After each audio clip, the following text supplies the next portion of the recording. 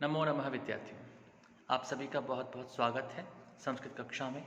और आज हम चर्चा करने जा रहे हैं आपके साथ मनुस्मृति के द्वितीय अध्याय के 28वें, 29वें और 30वें श्लोक के बारे में।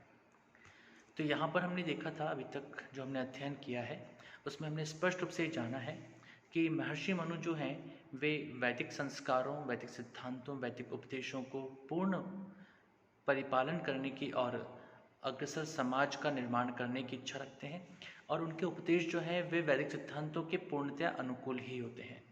इसके अतिरिक्त उन्होंने षोडश संस्कारों की बात भी कही और कहा कि यदि मानव जीवन को एक उज्ज्वल जीवन बनाना है, एक ऐसा जीवन बनाना है जिसके माध्यम से हम श्रेष्ठ कार्यों को आगे बढ़ा सकें, उस समाज को एक नई दिशा की ओर अग्रसर कर सकें, तो ऐसी स्थिति में हमारा समाज संस्कारित होना आवश्यक है।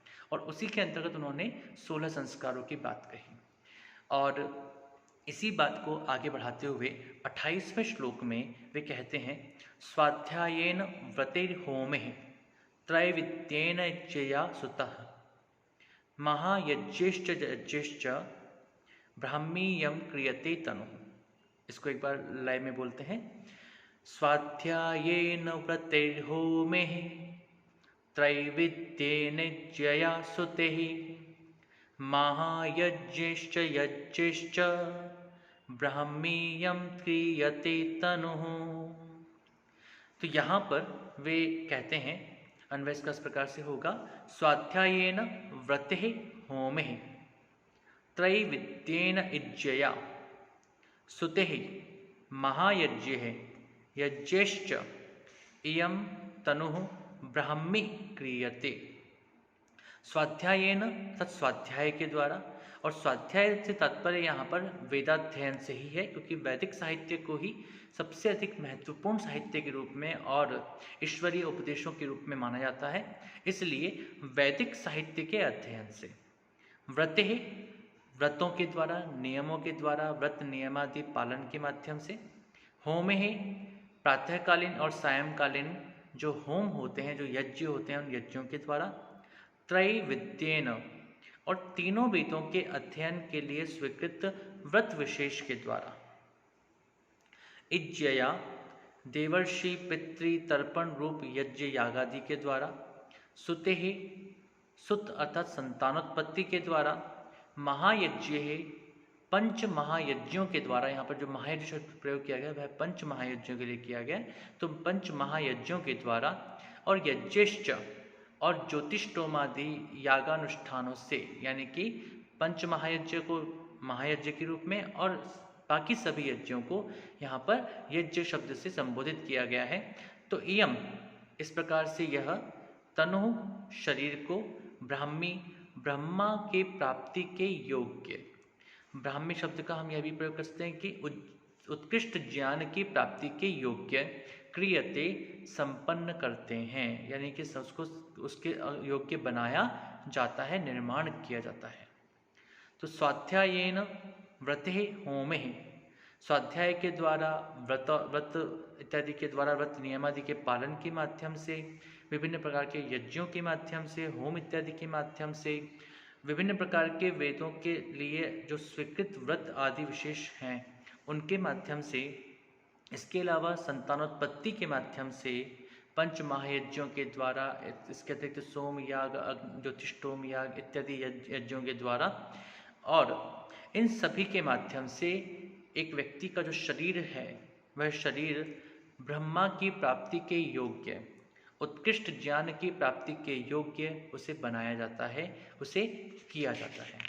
इसी के बाद में अगला जो श्लोक आता है उसमें वो कहते हैं 29वें श्लोक में, प्राज्ञाभिवर्धनात् पुंसो जात कर्म विधीयते मंत्रवत् प्राशनं चास्य हिरण्य मधुसर्पिषाम्। तो यहाँ पर कहते हैं कि संस्कारों में जो नाभि छेदन के पश्चात जो जातकर्म आता है, उस जातकर्म के बारे में यहाँ पर वर्णन करते हुए कहते हैं कि प्राङ्नाभि वर्धनात् पुंसो, प्राङ्नाभि वर्धनात् पुंसो जातकर्म विधीयते मंत्रवत् प्राशनं चास्य हिरण्य मधुसर्पिषाम्। इसका अन्वय इस प्रकार से होगा विद्यार्थियों, नाभि वर्धनात् प्राक पहले, पुंसः जात कर्म विधीयते, अस्य च हिरण्य मधु सर्पिषां मंत्रवत प्राशनम कार्यम। नाभि वर्धनात् अर्थात नाभि के छेदन से, यहाँ पर जो वर्धन शब्द का प्रयोग किया गया है वह उसी परंपरा का द्योतक है जिस परंपरा में हम सामान्य तौर पर कहते हैं कि दुकान बंद करने के स्थान पर हम दुकान बढ़ाना शब्द का प्रयोग करते हैं। चूड़ी टूटने की जगह पर हम चूड़ी के बढ़ने का प्रयोग करते हैं, क्योंकि किसी भी चीज़ का टूटना जो है वो टूटना उचित नहीं माना जाता। उसको एक तरह से अपशकुन के रूप में भी कई लोग स्वीकार करते हैं और ये भी कहते हैं कि भाई हम दुकान को बंद नहीं कर रहे हैं, बल्कि दुकान को इसलिए इस आज बंद कर रहे हैं क्योंकि हमें कल वापस खोलनी है। तो इसलिए यहाँ पर ऐसा शब्द प्रयोग नहीं करना है कि बंद कर रहे हैं, बल्कि इसके स्थान पर भी बढ़ाना शब्द का प्रयोग कर देते हैं। तो इस प्रकार से जो हमारी जो बोलने की जो शैली और शाब्दिक प्रयोग जो है वह उसको उत्तरोत्तर प्रगति का सूचक बना देता है। भले ही हम क्रिया कुछ भी कर रहे हो, लेकिन हमारा जो बोलना है, हमारा जो व्यवहार है वह उसे प्रगति के साथ लेकर के आगे बढ़ने वाला हो जाता है। वैसे यहाँ पर नाभि वर्धनात् शब्द का प्रयोग किया गया है, अर्थात नाभि छेदन की यहाँ पर बात की जा रही है, नालच छेदन की यहाँ पर बात की जा रही है। और वर्धन शब्द का प्रयोग इसलिए भी कहता है क्योंकि जब हम किसी चीज़ को तोड़ते हैं तो तोड़ते समय पर वो चीज़ बढ़ जाती है, अर्थात यहाँ पर तो उसका एक भाग था और दूसरा भाग वहाँ पर हो गया, तो इस प्रकार से अलग अलग भागों में विभक्त हो गई। इसके आधार पर भी इसके लिए कई बार वर्धन शब्द का प्रयोग किया जाता है। और वर्धन के माध्यम से हमें एक श्रेष्ठता दिखाई देती है, अच्छाई दिखाई देती है कि हम आगे आगे की ओर बढ़ रहे हैं। और छेदन के हिसाब से थोड़ा सा हमें कई बार टूटने और इस तरह का भाव आता है। तो यहाँ पर भी उस बच्चे की जीवन की उत्तरोत्तर प्रगति के सूचक के रूप में इस नालच छेदन को प्रयोग किया गया, इसलिए नाभि वर्धन शब्द का प्रयोग किया गया है। प्राक नाभि वर्धन अर्थात नालच छेदन के प्राक, प्राक अर्थात पहले, पुंसः यानी कि जो संतान है उस संतान का जात कर्म, जातकर्म नामक संस्कार को विधीयते किया जाता है।